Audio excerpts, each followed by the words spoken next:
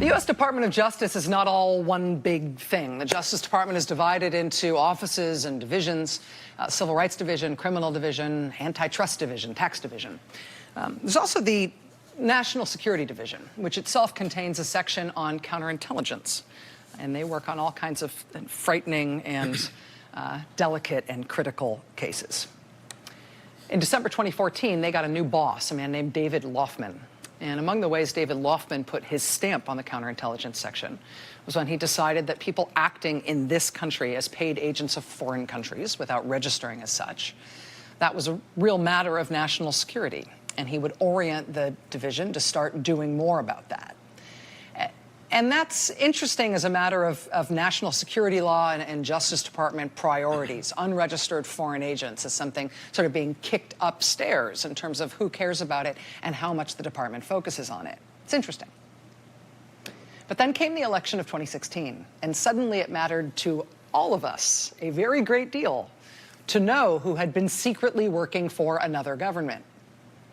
Some of the cases we think of as beginning with the special counsel grew from work that began under David Laufman. As the head of counterintelligence at DOJ, David Laufman had an oversight role in the Russia investigation before the special counsel took over.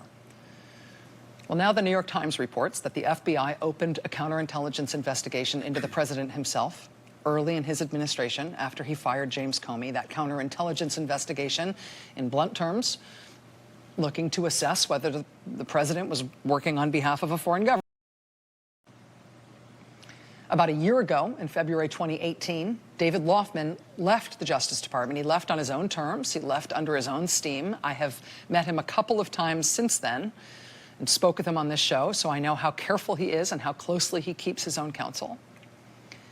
But when the Washington Post this weekend on Saturday reported, hot on the heels of that New York Times reporting about the counterintelligence thing, when the Washington Post reported on Saturday that the president has repeatedly gone to extraordinary lengths to hide details of his conversations with Vladimir Putin, when the Post published that this weekend, David Laufman did something I did not expect. He said out loud and for the whole world, quote, "Now is the time for all good men and women to come to the aid of their country." I did not expect that, and it put a shiver down my spine. Joining us now for the interview tonight is David Laufman, former chief of the Justice Department's Counterintelligence and Export Control Section. Mr. Laufman, I appreciate you making the trip. Thank you for being here. What about that Washington Post story prompted you to write that tweet? You know, it was just a tipping point for me, Rachel, among all the other data points that we're familiar with now through the public actions of the special counsel, other investigative reporting. You know, I've spent 25 years in public service, mostly in the national security space.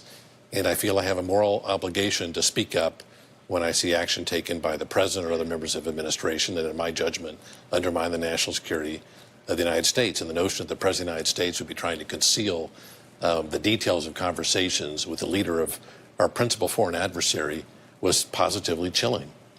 You say it was chilling learning that in the Washington Post. What the Washington Post reported this weekend, did you know that before you read it in the Post this weekend?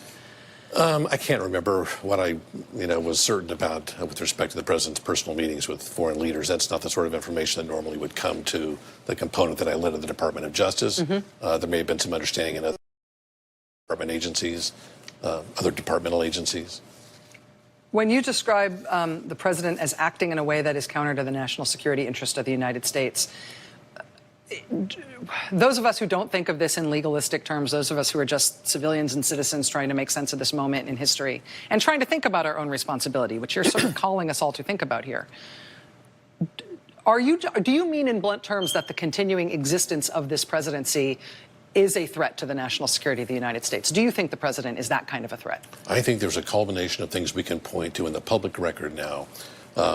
The unbelievable acquiescence to Vladimir Putin in Helsinki that was positively shocking to those of us who've worked in national security all of our lives. All the many things that you've read about in the charging documents of people associated with the president, all those to me point to a reasonable inference that, and it's a painful, anguishing thing to acknowledge, that the president of the United States is a clear and present danger to the national security of the United States.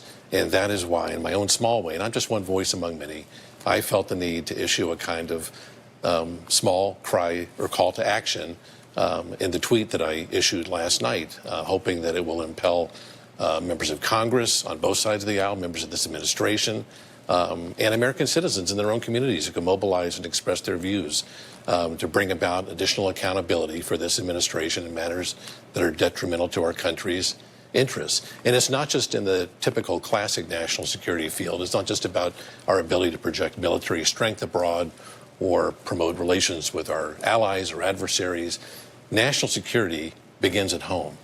And the position this administration has taken on domestic public policy issues, the divisiveness it has struck with respect to dividing us as a people, undermining the cohesiveness as a people, that weakens us as a nation, and that makes us more vulnerable to our enemies. What is the kind of thing that you're calling on regular Americans to do? Obviously, members of Congress have special responsibilities in a case like this. The Constitution gives them those responsibilities. But regular citizens, how are you asking people to step up?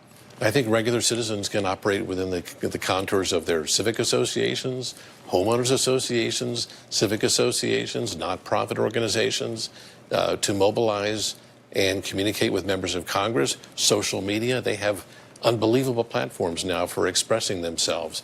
Polling data makes a difference. It is truly a call to arms in a non-lethal, violent sense to express as a people what we think about what is going on at the highest levels of government. And now is the time to do that.